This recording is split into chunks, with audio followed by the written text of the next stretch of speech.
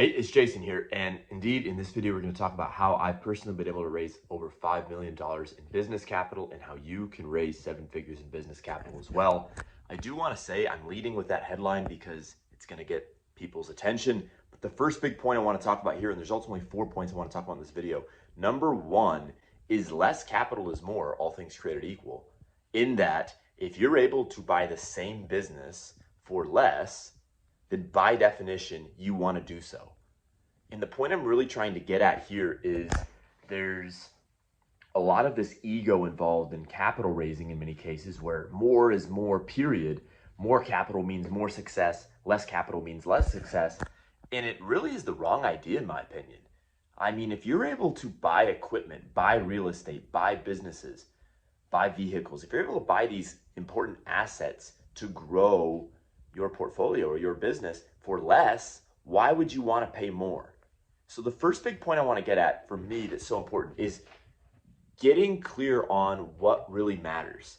When it comes to raising capital, you have to check your ego at the door. That's the last thing that matters. And you have to focus on the result itself. And the first result I hugely believe in that I've seen firsthand that's really helped me raise capital for everything from real estate to vehicles to buying businesses to working capital. The first thing that's really helped me is always thinking about the repayment of the debt or the facilitation of the equity raise, and really specifically thinking about, does this capital raise make sense? Will I be able to repay it? Number two, and this one's also big, terms are more important than the amount itself. And you see we're getting at the same point here of it's not just the amount that you're raising, it's about the terms that you get the capital at. What's the interest rate? How's it being amortized? How many years is the term of the note if it's a debt instrument? If it's on the equity side, how much equity are you giving up? Are you giving up equity at the subsidiary level, at the specific subsidiary level that's holding the specific business or a piece of property that you may be buying? Or are you giving away equity at the parent company where you ultimately probably hold equity that is going to own different subsidiaries that may hold different businesses or real estate? Obviously, all of these things matter. So when it comes to capital raising, get that out of the way there. When it comes to capital raising, it's not just how much you raise, it's on what terms. I mean, I'm not trying to brag, but we could raise millions of dollars here, many millions of dollars if we wanted, like this, but we give away a ton of equity, right? So it's not just, again, the amount you're able to raise, it's less is more. If you can do the same amount of work with less capital, that's always better because it means you're going to keep more equity and keep your debt payment down. And then secondly, it's about the terms from which you procure the capital at. We've talked a lot about raising debt and equity on the YouTube channel. If you've not yet subscribed and you're interested in buying businesses or financing real estate and things like that, subscribe to the channel.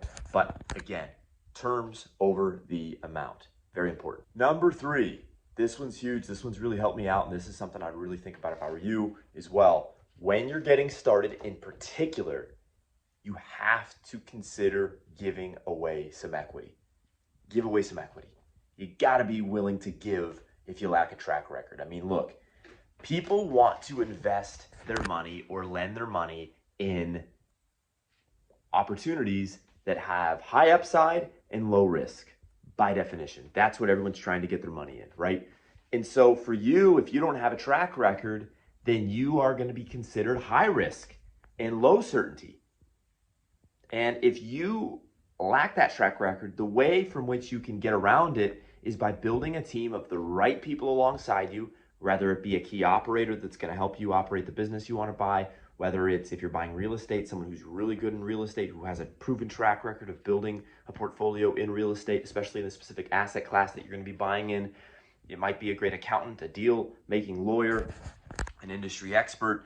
You need to get yourself around people that are going to help build your credibility when you may not have a lot of it. And this is where you need to be willing to give away a couple of points of equity, 2 or 3 or 4% equity, perhaps to each of these individuals at the parent company level. That should be valuable stuff if you set up your acquisition vehicle the way we've talked about on the YouTube channel. But you need to be willing to give away some equity if you're really wanting to raise capital.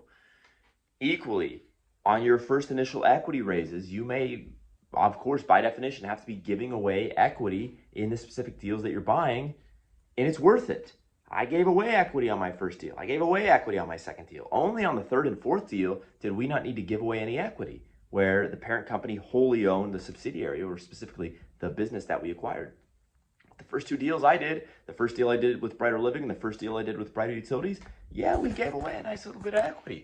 Now, I maintain the majority, and the parent company most certainly maintained the majority of the equity, but I was pretty giving because that's what was needed to get the capital in the door. That's what was needed to build the team to help me be successful, to help us be successful.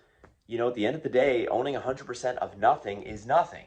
Whereas owning 50 or 60 or 70 or 80% of something substantial, of course, can be a big, huge deal for you, your financial future, and your family. So give away equity when you're getting started if you really want to get that snowball effect and get the deal and your company in motion. Remember what Newton said, first law of physics, that which is at rest stays at rest.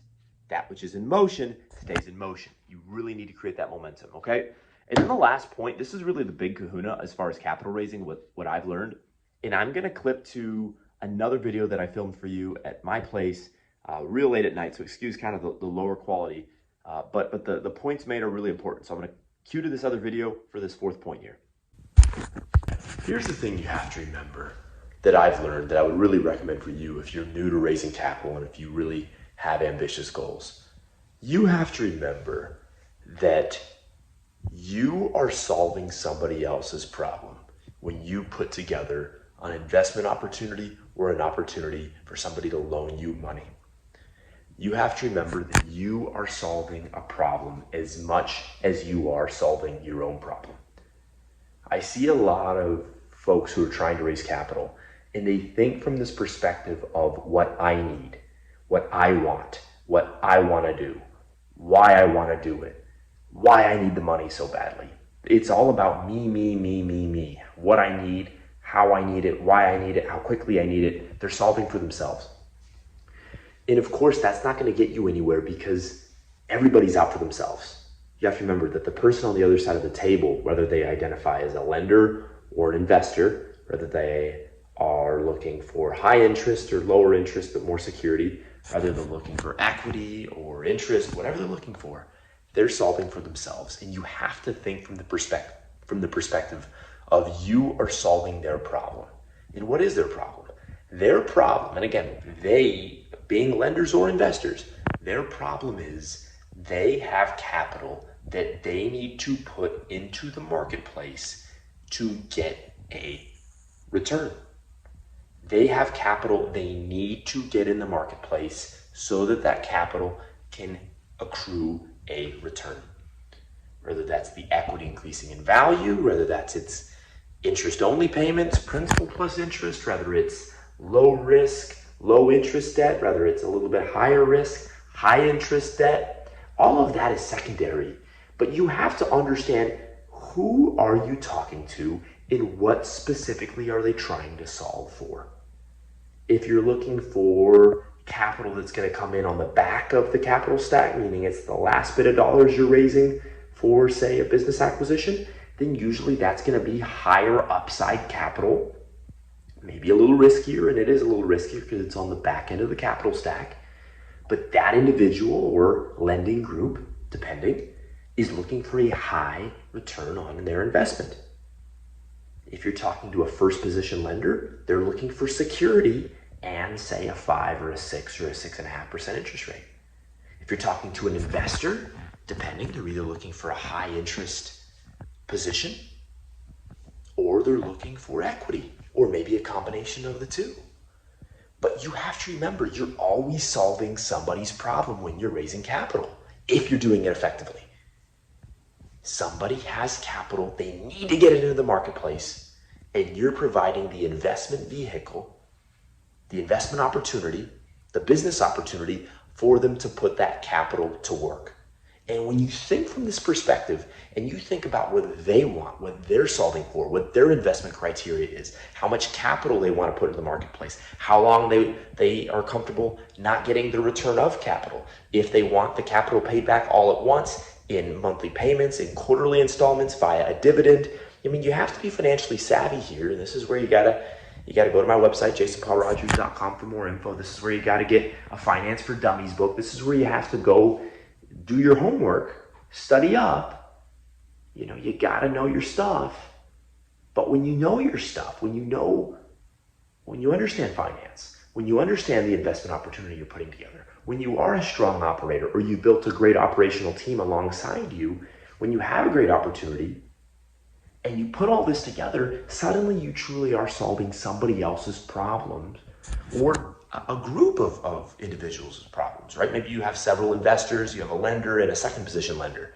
There you're solving multiple investors' problems, you're solving the second position lender's problems, you're solving the first position lender's problems, and then you start acquiring a number, you have a big deal flow pipeline and you have a lot of deals. Maybe you're putting together vehicle purchases and equipment purchases and a business acquisition and working capital. Now suddenly you're putting together a lot of deals, you're solving a lot of problems for a lot of different folks, and that's how you raise a lot of money. That's how you raise millions of dollars. And then multiple millions of dollars. And that's how you really get to the point where when you want capital, you're able to raise it. You know, and that's a powerful place to be in, and that's going to help you grow your business tremendously. So with that, I thought I would share this video. It's late. I've been wanting to get this one out for you because I've been getting this question. And with that, if you've liked the video, thumbs it up, share your comments below, and subscribe to the YouTube channel if you've not already, and I'll talk to you in the next one. Take care.